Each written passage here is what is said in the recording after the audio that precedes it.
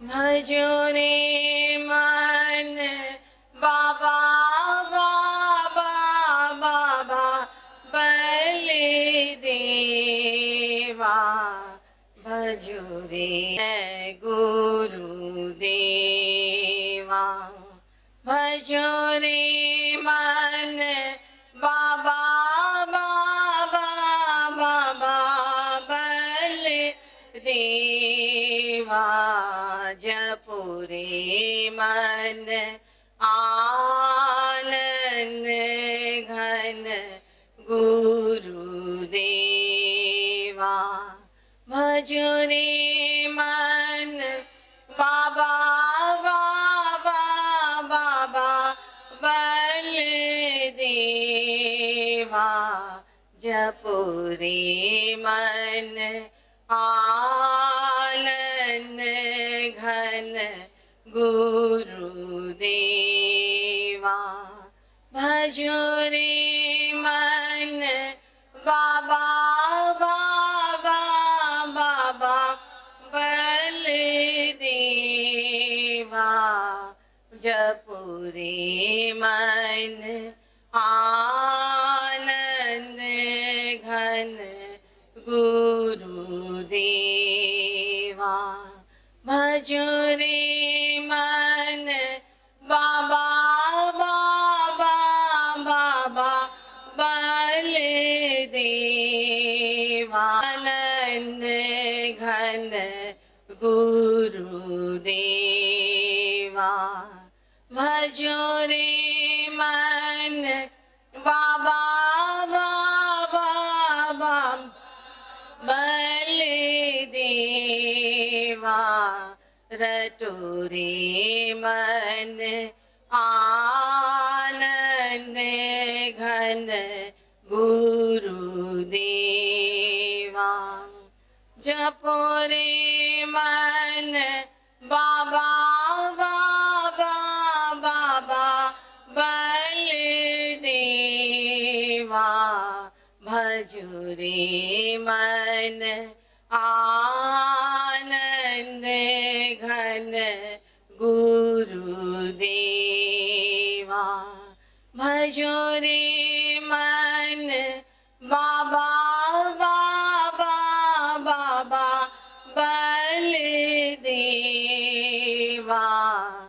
जपो रे मन आनंद घन गुरुदेवा। भजो रे मन रटो रे आनंद घन गुरुदेवा। भजो रे मन गुरुदेवा। भजो रे मन बाबा बाबा बाबा। जी बताओ।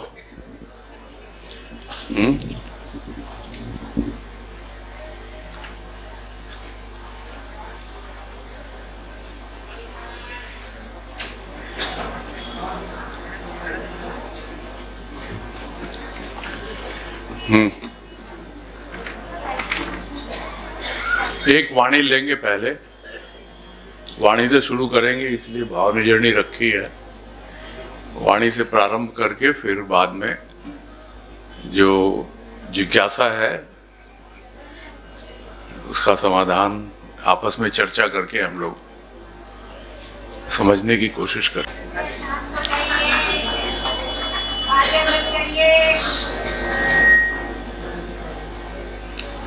कह रहे गुरुदेव, विघ्न है, उद्विग्न है। विघ्न है, उद्विग्न है। शंका है, आशंका है। शंका है, आशंका है। शुद्ध बुद्ध विघ्न आशंका नहीं मानता। शुद्ध बुद्ध विघ्न आशंका नहीं मानता। लीला प्रणय लीला है। लीला प्रणय लीला है।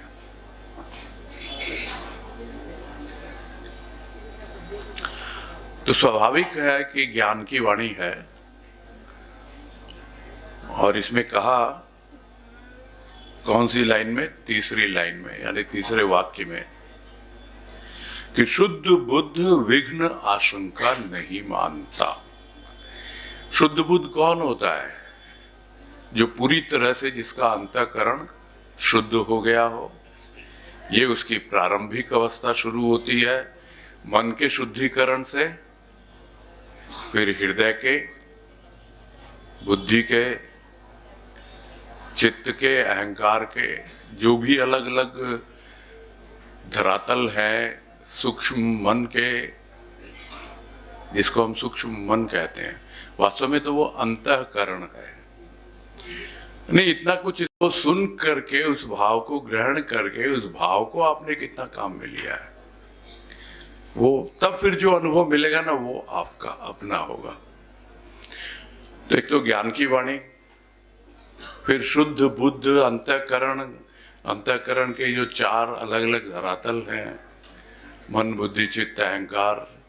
फिर उसके बाद में बातें आती है, सब समझाते हैं कैसे शुद्धिकरण होता है। मन में मैल है, बुद्धि में भ्रम है, चित्त में चंचलता है, अहंकार पर आवरण है। तो ये सब बेसिक चीजें हैं जो ज्ञान के संदर्भ में हमको समझना चाहिए। इसलिए कहा गया शुद्ध कौन है? जिसका अंतःकरण पूरी तरह से शुद्ध हो गया हो। एक शुद्धिकरण ऊपर से होता है। लोग कहते हैं कि भाई गंगा में स्नान करने से शुद्ध हो जाता है। सही बात है। गंगा में क्या, आप तो घर में भी स्नान करो और वही उसी फीलिंग से स्नान करो तो शुद्ध होता ही है शरीर, होता कि नहीं? और ऐसे भी हमारे यहाँ संत महापुरुष हो गए हैं जिन्होंने कहा कि मन चंगा तो कठौती में गंगा।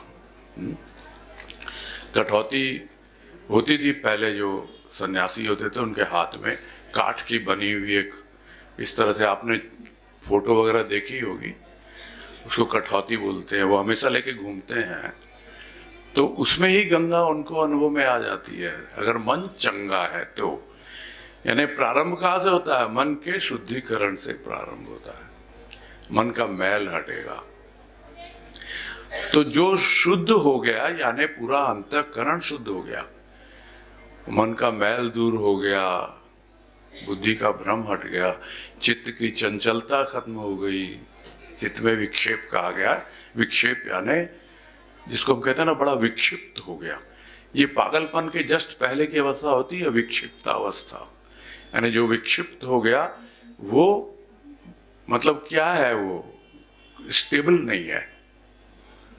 तो वो अवस्था चित्त की होती है। और अहंकार यानी अंतिम है वो अवस्था जहां आवरण हटता है।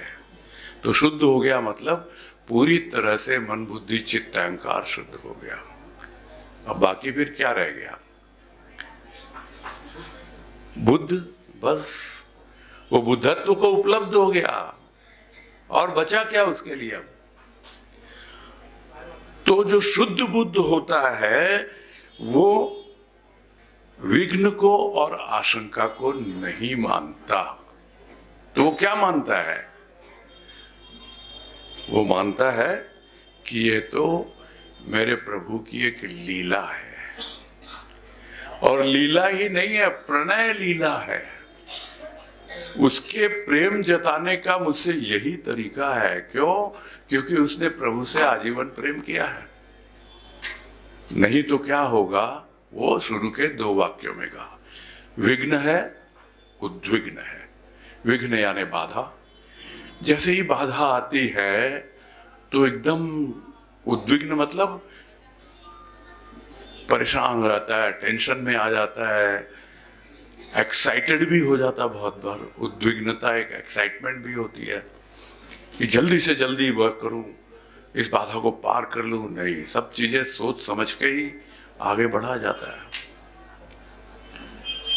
तो विघ्न आ गया।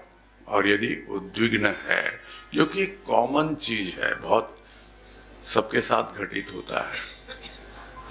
इसलिए कहा वहां से, भाई अगर तेरे जीवन में विघ्न है तो उद्विग्न होगा, तो स्वाभाविक है।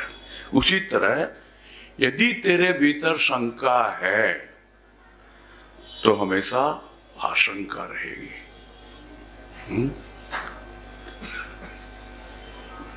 होगा कि नहीं होगा, ये शंका होती है। एक बार कर लिया, हो गया, तो सेकंड टाइम फिर क्यों डाउट है? फिर भी डाउट होता है। अरे एक बार हो गया काम ना, फिर ज्यादा बार बार नहीं। खुद सुना हुआ है गुरुदेव के मुख से, वो याद आ गया कि परीक्षा तो है ना अपने गुरु की, एक बार लो तुम बस, वंस फॉर ऑल। रोज रोज परीक्षा नहीं दी जाती है, और तुम रोज रोज परीक्षा लोगे तो वो भी तुम्हारी रोज रोज परीक्षा लेगा।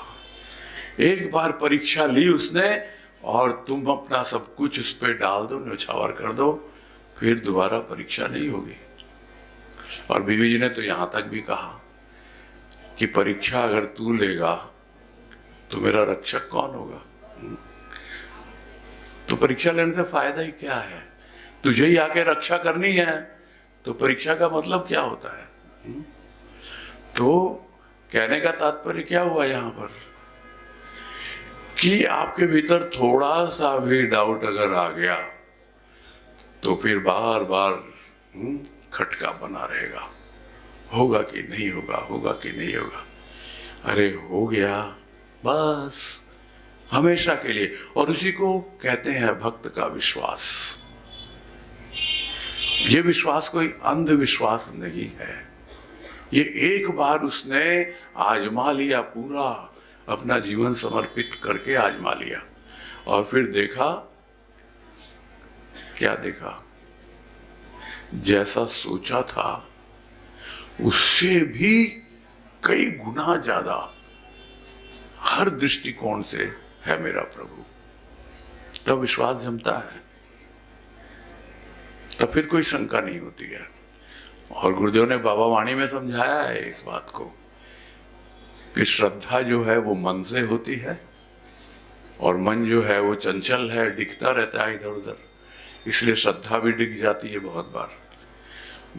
विश्वास जो है बुद्धि से होता है।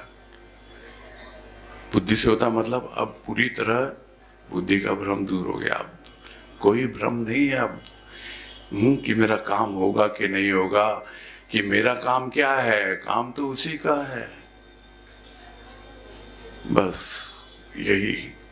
यही बात समझनी है। तो जब तक शंका है आशंका है, जब तक विघ्न है तब तक उद्विग्न है। किंतु जो शुद्ध बुद्ध है वो इनको विघ्न और आशंका नहीं मानता। वो क्या मानता है? अरे ये तो मेरे प्रभु की लीला है। अगर आता भी है, लोगों की दृष्टि में विघ्न है, लोगों की दृष्टि में वो डाउट करते हैं कि ये क्या हो रहा है इसके साथ, ये तो भक्त है, इसके जीवन में इस तरह की बाधाएं क्यों आ रही हैं, क्यों इसका काम नहीं बन रहा, ये लोगों की दृष्टि होती है।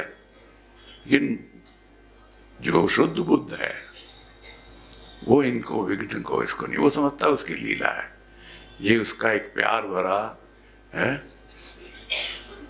हम समझते हैं माँ ने चपत मारा, नहीं, प्यार से मारा है।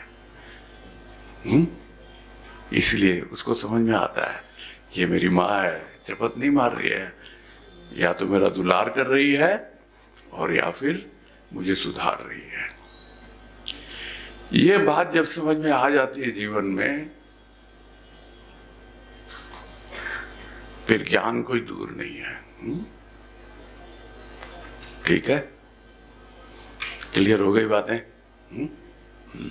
वाणी स्पष्ट हुई आपको?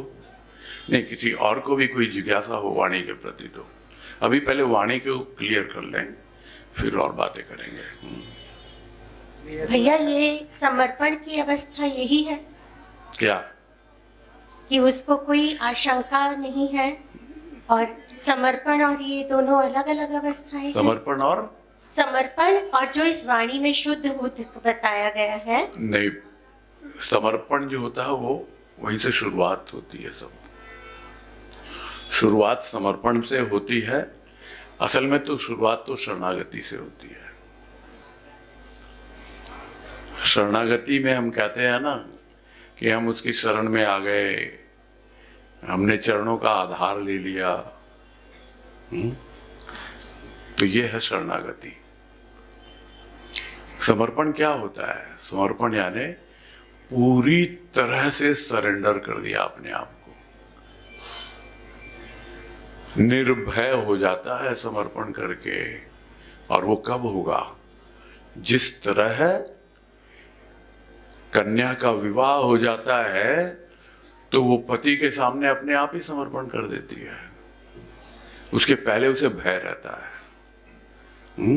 भले किसी से कितना भी प्रेम करता हो, वो जल्दी से समर्पण नहीं करेगी। लेकिन जब उसका विवाह हो जाता है तो एकदम समर्पण कर देता है। समर्पण ये अवस्था है कि आपने उसको सर्वस्व मान लिया, सब कुछ मेरा वही है, और वो है। उसके बाद आपने सब उस पर छोड़ दिया। ये है समर्पण।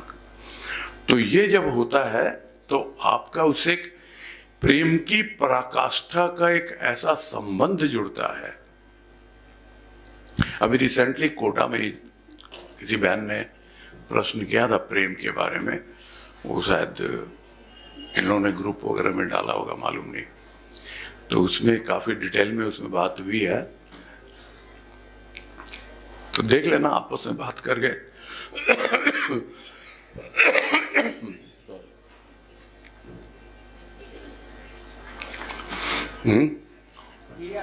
अंतःकरण की भैया, अर्जुन को इतनी सारी शंकाएं थी, एक के बाद एक, ऐसा होगा तो फिर कैसा होगा, ऐसा होगा, कर्म योग के बाद भी, भक्ति योग के बाद भी, ज्ञान योग के बाद भी।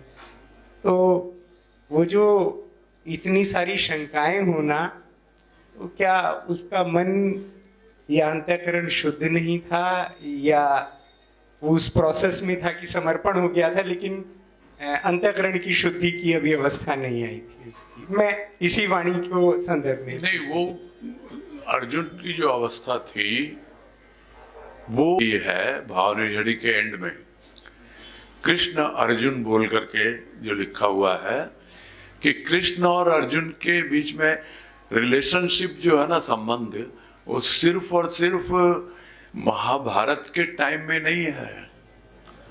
उनका एक सूक्ष्म संबंध है। और जितने भी संबंध हो सकते हैं भक्त और भगवान के, या किसी भी रूप में, एक सखा का दूसरा, कहते हैं हम कृष्ण बाल सखा था अर्जुन का, या किसी सखा के साथ, या जो कोई भी संबंध किसी भी रूप में हो सकता है, सब चीजें गुरुदेव ने उसमें एक्सप्लेन की है। वो बहुत बड़ी कृपा है गुरुदेव की, सौभाग्य प्राप्त हुआ मुझे उसका विश्लेषण करने का। कई साल हो गए उस बात को, तो वो बुक फॉर्म में भी इन लोगों ने निकाला है। वो पढ़ेंगे ना, बड़ा आनंद आएगा, है ना। आज अनंत बोल रहा था ना, जो मेरे साथ ही किताब पढ़ी, वो क्या, वो बॉम्बे गए थे हम लोग जब, तब वो मेरे साथी जो है लेख के ऊपर में, गुरुदेव का लेख आनंद पुष्प में है, अंतिम लेख, उसके ऊपर पूरा 5 दिन जो है एक डेढ़ घंटा करके चर्चा हुई थी। वो बुक फॉर्म में था। तो वही है वो। तो देखो, गुरुदेव ने तो बहुत कुछ किया है, बहुत कुछ लिखा है। आज भी बात हो रही है, हम लोग उनकी वाणी से कितना लाभ उठाते हैं, यही है।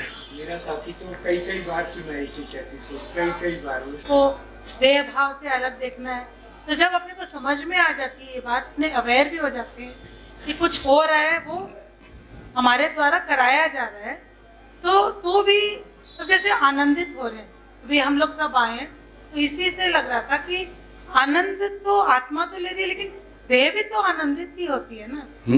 तो उसमें देह और आत्मा अलग अलग कैसे, जैसे अलग नहीं अभी है। हम देख पा रहे हैं कि खैर वो एक जो आप बोल रहे हैं पुस्तक नहीं है, वो लेख है गुरुदेव का। हाँ हाँ, वो लेख है हाँ, प्रकृति और स्वभाव। हम लोग इतना कॉन्शियस हो जाते हैं, डर जाते हैं पूछने में, ये प्रश्न पूछने लायक प्रश्न है। ठीक है, कोई बात नहीं। 2 लेख लिखे हैं गुरुदेव ने। एक सिर्फ आनंद है, उसका शीर्षक जो आनंद समाधि पुस्तक में है, अंतिम लेख आनंद। और एक लेख है, उसका शीर्षक है आनंद कहाँ। तो आपका जो प्रश्न है वो उसको पढ़ेंगे तो आपको सब क्लियर हो जाएगा। गुरुदेव के पास सब चीजें ऐसे ही आरती में गा रहे थे ना आज, चारों वेद बन गई वाणी तेरे भाव की। यानी तेरे भाव की जो वाणी है वो चारों वेद बन गई। हमको वेद पढ़ने की, चारों वेद पढ़ने की कोई आवश्यकता नहीं, तेरी वाणी में सब कुछ है। और यहाँ वाणी से तात्पर्य सिर्फ भाव निर्जरणी की नहीं है, यानी जो भी उन्होंने प्रवचन किए हैं, जो भी लेख लिखे हैं, यहाँ वाणी से मतलब है अभिव्यक्ति, जो भी उन्होंने अभिव्यक्त किया है। तो आनंद कहाँ में सब बताया है कि इसमें आनंद, उसमें आनंद, सब जगह आनंद है।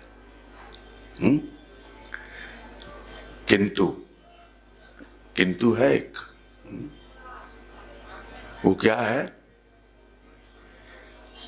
जो भाव निर्जरणी के फ्लैप पे लिखा हुआ है शुरू में। अब ये पुराना एडिशन होगा, इसमें वो फ्लैप मुझे उम्मीद है कि नहीं, आप लोगों के पास होगी भाव निर्जरणी, इसमें नहीं है वो। ये जो ऊपर फ्लैप लगा होता है ना, उस फ्लैप में यहाँ लिखा हुआ है हम चाहते हैं।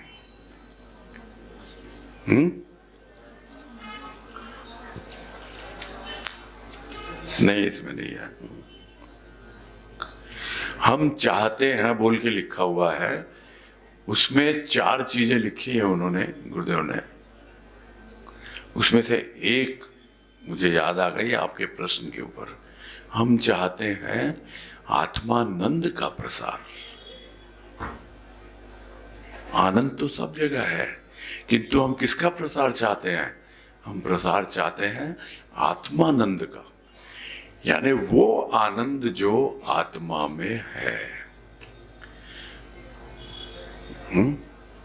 आनंद सिर्फ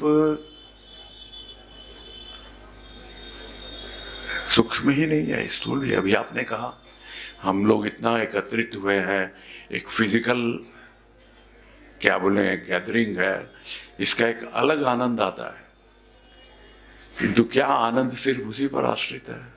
नहीं ना, आनंद तो सब जगह है। आप जिस किसी अवस्था में भी हो, तो बात वही शुद्ध बुद्ध वाली आ गई। जो शुद्ध बुद्ध है उसके लिए हर अवस्था में आनंद है। नहीं तो होता क्या है कि आप आनंद के लिए वजह ढूंढते हो। आपको लगता है, हमको कोई बोलता मुझे मूवी देख के बहुत आनंद आया, तो बस वो मूवी में ढूंढेगा आनंद, कोई किसी चीज में, कोई किसी चीज में, उसके अलावा उसको आनंद नहीं आएगा। इसका मतलब वो बहुत लिमिटेड कर दिया उसने अपने आप को। तो आनंद तो सब जगह है, कहाँ नहीं है आनंद, लेकिन किसके लिए है? जिसको अपनी आत्मा में आनंद की अनुभूति हो गई है, उसके लिए। तो शुद्ध बुद्धि के लिए तो ये जो भी है ना, विघ्न और शंका क्या है, उसकी लीला है, उसका खेल है प्रेममय। वैसे ही उसके लिए तो आनंद ही आनंद है। इसको दूसरे तरह से भी समझ सकते हैं। जिसको हम समझते हैं कि वो बिल्कुल जड़ है, उसमें कोई, तो गुरुदेव समझाते हैं उन सब बातों को कि जड़ और चेतन दोनों में प्राण है। एक में जागृत अवस्था में है और एक में सुप्त अवस्था में है, यानी एक में सोए हुए हैं वो। इसीलिए जब हम कहते हैं कि बस तुम जड़वत जीवन व्यतीत कर रहे हो, इसका मतलब क्या होता है कि तुम्हारे प्राण अभी सोए हुए हैं। थोड़ी बहुत जागृति आती है, वैसे ही थोड़ा बहुत आनंद मिल जाता है हमको कहीं ना कहीं से, लेकिन जब आत्मा के आनंद की अनुभूति हो जाती है तो हर जगह आनंद ही आनंद है। तभी तो कहते हैं ना, क्या कहते हैं, सदा दिवाली संत घर, आठों पहर आनंद। हम तो एक बार दिवाली आती है उसी में आनंद मनाते हैं, लेकिन संतों के घर में तो सदा दिवाली है, आठों पहर दिवाली है, उसी में उनको आनंद आता है। तो समझ में आ गया आनंद।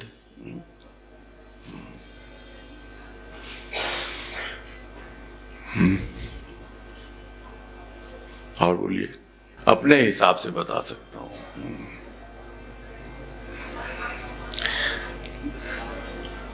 और कृपा होती है तो भजनों में हमेशा व्यक्त होता रहा है, तो मुझे एक आध पंक्ति बस भजन की याद आ रही है, उससे स्पष्ट हो जाएगा।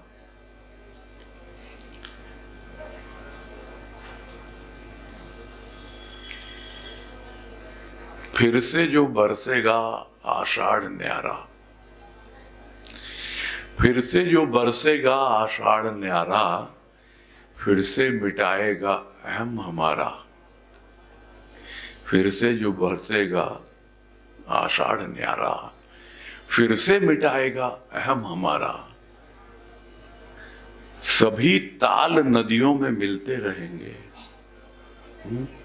सभी ताल नदियों में मिलते रहेंगे। तेरे प्रेम में हम यूं ही बंधे रहेंगे, तेरे भाव रस में सने ही रहेंगे। ठीक है, तेरे प्रेम में बंधे हुए हैं, तेरे भाव रस में सने हुए हैं, इसलिए जो बाढ़ आती है वो सब बहा के ले जाती है। क्या? कूड़ा करकट जो कुछ भी है पूरा ले जाती है और हमारी भूमि को उपजाऊ बना के जाती है। ये एक हो गया बाढ़ का रूप। बाढ़ के पहले क्या होता है? तूफान आता, बारिश होती है। उसके ऊपर है उठे भावों का तूफान, तो मौन ही काम आए। हो प्रेम का जब उत्थान, तो मौन ही काम आए। बस शांत हो के मौन। क्या हुआ था आज? 2-3 बहनों ने कहा है, प्रेम की वो पराकाष्ठा है जब आप मौन हो जाते हो। मौन होना जो है ना, वो एक लोग टेक्निकल भाषा में समझते हैं, ये बड़ा टेक्निकल वर्ड है। नहीं, ये इतना कॉमन है, मैं इसको कॉमन भाषा में समझा रहा हूं, या जो मैंने अनुभव किया। जब इस तरह की अवस्था होती है तो बोलती बंद हो जाती है। बोलते ना, इसकी तो बोलती बंद हो गई। वही है मौन। क्या बोले, किसको बोले, क्या समझाए, क्या ना समझाए। ठीक है, उसको गूंगे का गुड़ भी कहा गया। तो वही है, मौन का क्या रूप है? उठे भावों का तूफान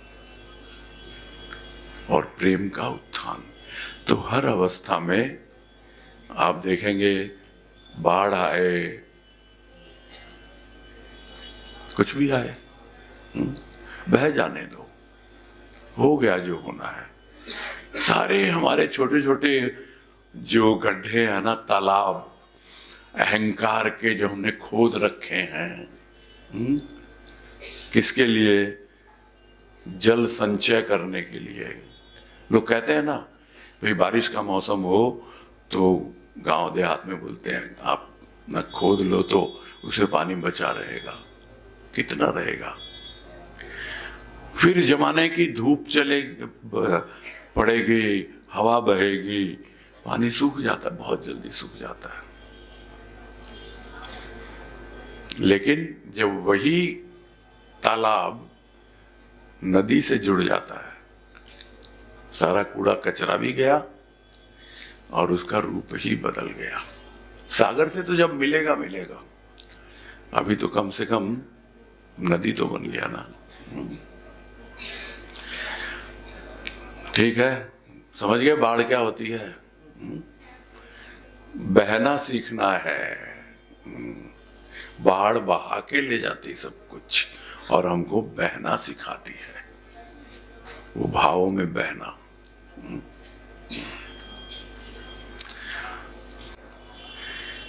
जिज्ञासा जागे उसके बाद मिले, उसके बजाय आप जब उस वाणी से हमेशा रेगुलर बेसिस पे कांटेक्ट में रहते हो, संपर्क में, तो वो अपने आप ही इमीडिएट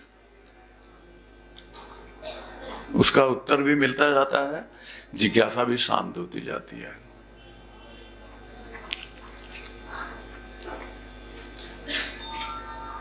एक वाणी में गुरुदेव ने कहा है, उससे क्लियर हो जाएगा। मन का प्रकाश भक्ति, बुद्धि का प्रकाश ज्ञान। तो उस आरती में जो है उसमें तात्पर्य ये है कि जब आपकी बुद्धि में प्रकाश आना शुरू हो जाता है और आपके मन में प्रकाश आना शुरू हो जाता है, यानी मन शुद्ध होने लगता है, भक्ति में लग जाते हो, बुद्धि शुद्ध होने लगती है तो ज्ञान की ओर बढ़ जाते हो। ये भावार्थ है उसमें। ज्ञान मार्ग इसलिए लिखा उन्होंने, जहां तक मैं समझ रहा हूं, क्योंकि बाबा स्वयं ब्रह्म ज्ञानी थे, ज्ञान मार्गी थे, इस वजह से ज्ञान मार्ग लिखा है। किंतु भाव में, जिसकी हम लोग बात अक्सर यहाँ करते हैं गुरुदेव के संदर्भ में ही, कि भाव तो गुरुदेव की अपनी ही विशेषता है, वो उनकी स्पेशलिटी है, और भाव में दोनों चीजें समाहित हो जाती है।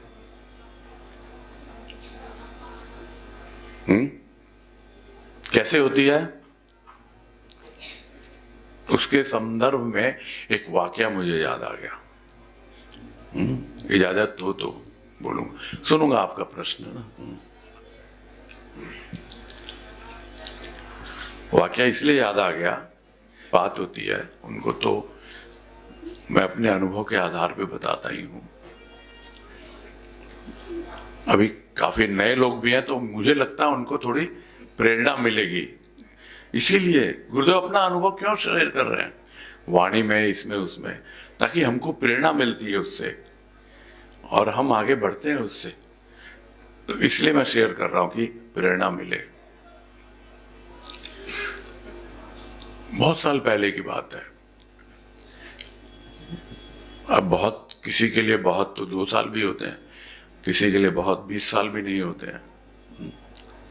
फिर भी मैं जो बोल रहा हूं वो लगभग 20 साल पहले की बात है, 20-22 साल होंगे या और ज्यादा होगा। एग्जैक्टली ईयर याद नहीं है, 93-94 की आसपास की बात है। कितने हुए फिर? 30 साल हो गए। हाँ, बड़ा सौभाग्य मेरा रहा है कि राजमा के साथ मुझे जाने का मौका मिला। तो जो पुराने सत्संगी उनको तो पता ही है सबको। तो हम लोग गए हुए थे जयपुर। उस वक्त जयपुर में सत्संग नहीं होता था, और होता था दूसरे। तो एक बहन, पुरानी कलकत्ते की बहन, वो अपने यहाँ सत्संग प्राय करती थी 13 के दिन। तो 13 उस बीच पड़ा, हम लोग गए हुए थे।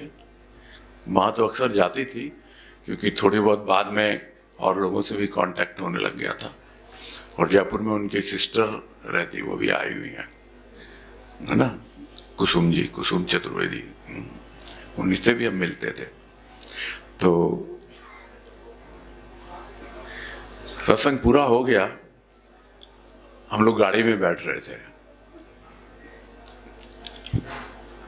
जैसे ही गाड़ी में बैठ रहे थे, उस बहन ने बोला, माँ आप लोग भाव भाव की इतनी बात करते हैं, सत्संग में भी मैंने बहुत भाव सुना है, भाव भाव हर चीज।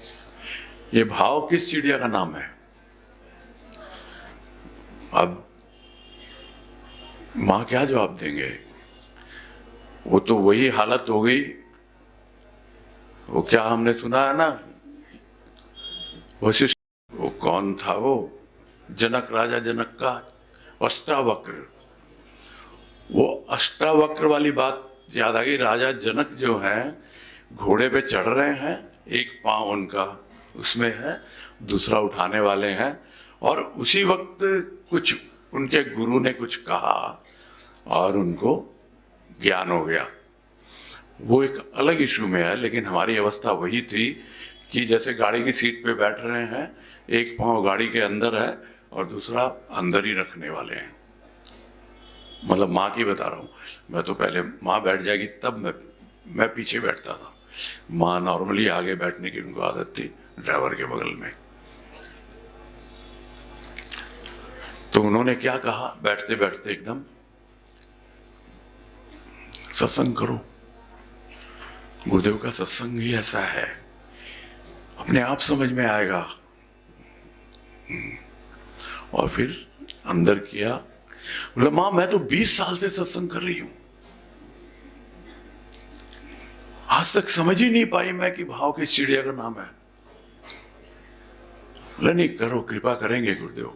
अब जाते जाते वो क्या जवाब दे, मैं यही सोच रहा था। स्वाभाविक है, रवाना हो गए, लेकिन मेरे माइंड में वो क्वेश्चन एकदम घूमने लग गया, भाव किस चिड़िया का नाम है, भाव किस चिड़िया का नाम है। तो अब मेरी एक, क्या बोलूं, विशेषता कहेंगे या अपनी एक अलग ही सोच थी शुरू से। मैं अपनी तारीफ नहीं कर रहा हूं, बता रहा हूं जस्ट, है ना। मैं चाहता तो माँ से पूछ लेता कि माँ आपने ये ऐसे ऐसे क्या, लेकिन मैंने नहीं पूछा उनको। मुझे लगा कि भाव तो गुरुदेव की चीज है, वो खुद बताएंगे ना कि भाव किस चिड़िया का नाम है। एक दिन, 2 दिन, बस ये माइंड में चल रहा है। तीसरे दिन मैं बैठा हुआ था घर पर और ऐसे ही पुस्तक पलट रहा था, भावनिर्झरणी। और जैसे ही मैंने पुस्तक खोली, भावनिर्झरणी, सीधा भाव सर्ग खुला और ऐसे खोली, पंखा चल रहा था और दोनों तरफ के पन्ने ऐसे फड़फड़ाए भावनिर्झरणी के, जैसे कोई चिड़िया होती है उसके पंख फड़फड़ाते हैं। बस मुझे एकदम उत्तर मिल गया कि भाव उस चिड़िया का नाम है जिसके 2 पंख हैं, एक है भक्ति और एक है ज्ञान। आप देखो भावनिर्झरणी पुस्तक, उसके 7 सर्ग हैं, भाव सर्ग एकदम मध्य में है, बीच में 3 चेतावनी और भक्ति। ये 3 सर्ग भक्ति पर आधारित है और बाद के सर्ग चेतना, ज्ञान की चेतावनी और ज्ञान, ये ज्ञान पर आधारित है। भाव दोनों को संभाल के चलता है। तो चिड़िया को उड़ने के लिए दोनों पंख चाहिए, भक्ति भी चाहिए, ज्ञान भी चाहिए। यही है शुद्ध बुद्धि का मतलब, ठीक है। मन में आएगी भक्ति, बुद्धि में आएगा ज्ञान, भाव से। पुस्तकीय ज्ञान नहीं, भाव अर्जित, भाव की कृपा से जो ज्ञान आएगा।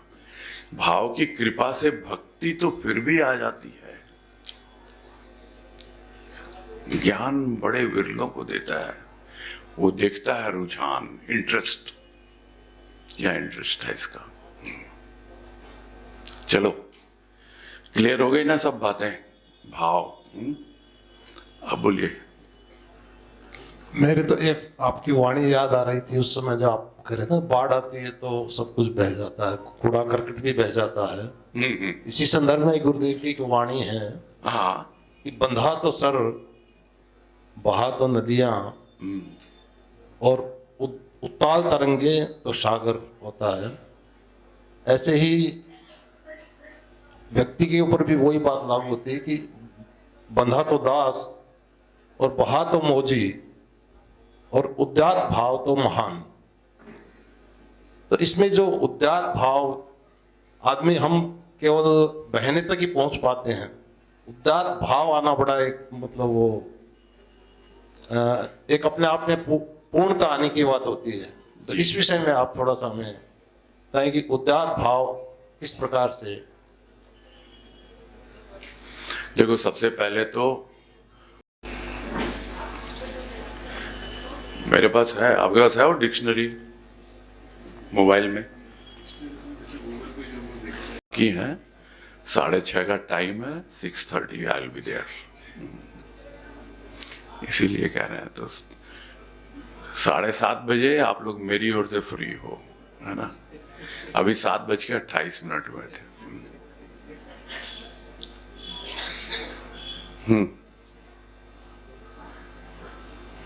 कुछ गीता के राजेश, बारे में क्या? पूछते भैया, कोई गीता का एक श्लोक, उसके बारे में आपसे पूछ लो कुछ।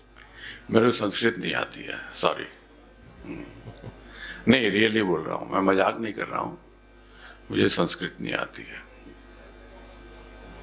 अभी भैया ने जैसे बताया ना कि कृष्ण के जो अर्जुन के थे वो कई उसके अंदर शंकाएं रहती थी। कृष्ण और अर्जुन का क्लाइमैक्स उस दृष्टिकोण से जो गुरुदेव ने लिखा ना, आपको वर्ल्ड में कहीं नहीं मिलेगा। ये इसलिए नहीं कि वो गुरुदेव इसलिए तारीफ कर रहे हैं, कहीं नहीं मिलेगा आपको, बिलीव मी, ऐसा नहीं है। मैंने भी, कृपा है गुरुदेव की, माँ की भी। किस दृष्टिकोण से? कि मैंने बहुत साहित्य पढ़ा है, ऐसा नहीं है। संस्कृत नहीं आती लेकिन पढ़ा है। उन्होंने उठा उठा के किताबें दी मुझे, राजमा ने। उसमें बहुत जगह देखा है, लेकिन ये जो Krishna Arjun, this is beyond all limits. अभी आप बात करते हैं गीता की, मैं गीता को उस मतलब से नहीं बोल रहा हूं। गीता में कर्म भी है, भक्ति भी है, ज्ञान भी है ना। भाव नहीं है, समझ गए? इसको अदरवाइज मत लीजिए। जब भाव आ जाता है तो कर्म, भक्ति, ज्ञान तीनों का रूप बदल जाता है, तीनों का रूप बदल जाता है। तब आपको पूरे कर्म का सार एक लाइन में गुरुदेव समझाते हैं। क्या? कर्ता की इच्छा ही कर्म बनती है। ये जो 6 अध्याय है ना गीता के, उसका इस वाक्य में सार है पूरे 6 अध्याय का, कि कर्ता की इच्छा ही कर्म बनती है। यदि तुम अपने आप को कर्ता मानते हो तो तुम्हारी इच्छा ही कर्म बनती है। यदि तुम उसको कर्ता मानते हो तो उसकी इच्छा ही कर्म बनती है। ये कर्म का सार है। लेकिन मुश्किल क्या है, न तो हम टोटली अपने आप को मान पाते हैं, न टोटली उसको मान पाते हैं। इसलिए दोनों की इच्छाओं में क्लैश होता रहता है ना। तो अब अंग्रेजी शब्द से एक हिंदी शब्द और बोल दूं क्या? क्लैश होता रहता है, इसीलिए कलेश आ जाता है ना। ये प्रॉब्लम है। ठीक है। सारो गुरुदेव का जो है ना गीता वाला, कृष्ण अर्जुन कितने 31 रिलेशंस, 36 कितने हैं? मुख माने मुंह, कान कर्ण कान।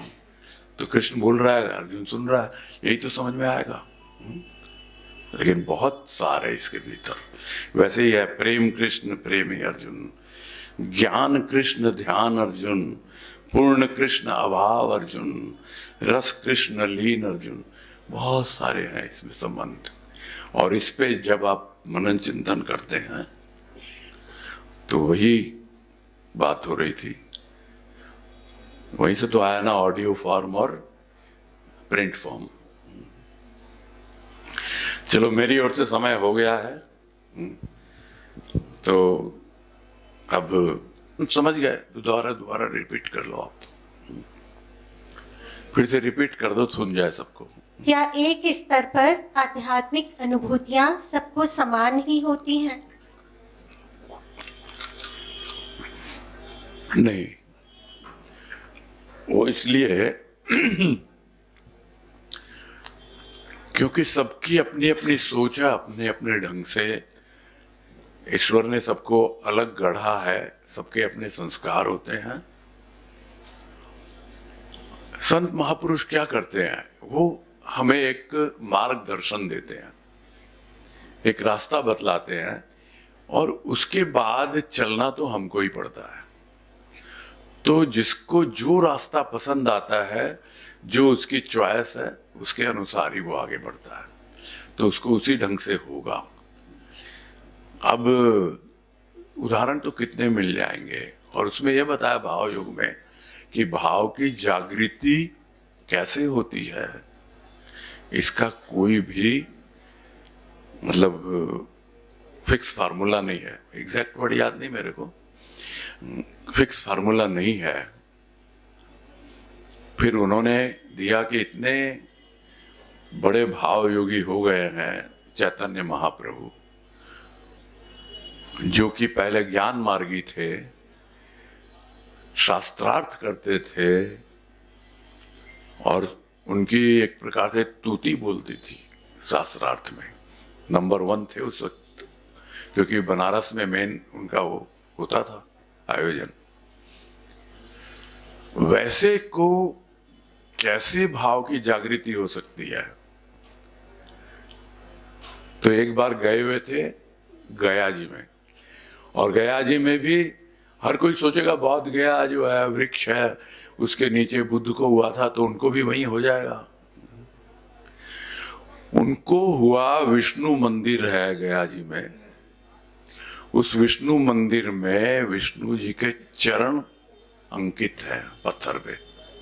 उन चरणों को देख करके उनके भीतर भाव जाग गया कि बस यही है। तो इसलिए बोल नहीं सकते हैं कि किसको किस ढंग से भाव की जागृति होती है और किस प्रकार से आध्यात्मिकता की ओर वो आगे बढ़ता है।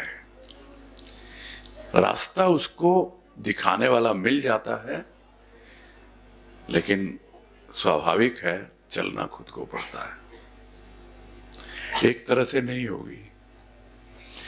बात आई ना शुरू में, अभी मैंने कहा कि सबकी अपनी सोच है, वे ऑफ थिंकिंग, सबके अपने संस्कार हैं, अपब्रिंगिंग, उसके अलावा पूर्वजन्म के संस्कार भी होते हैं, उसके अनुसार जिसको हम इंट्यूशन कहते हैं, बहुत तरह की चीजें होती हैं, तो बोलना कठिन हो जाता है ना।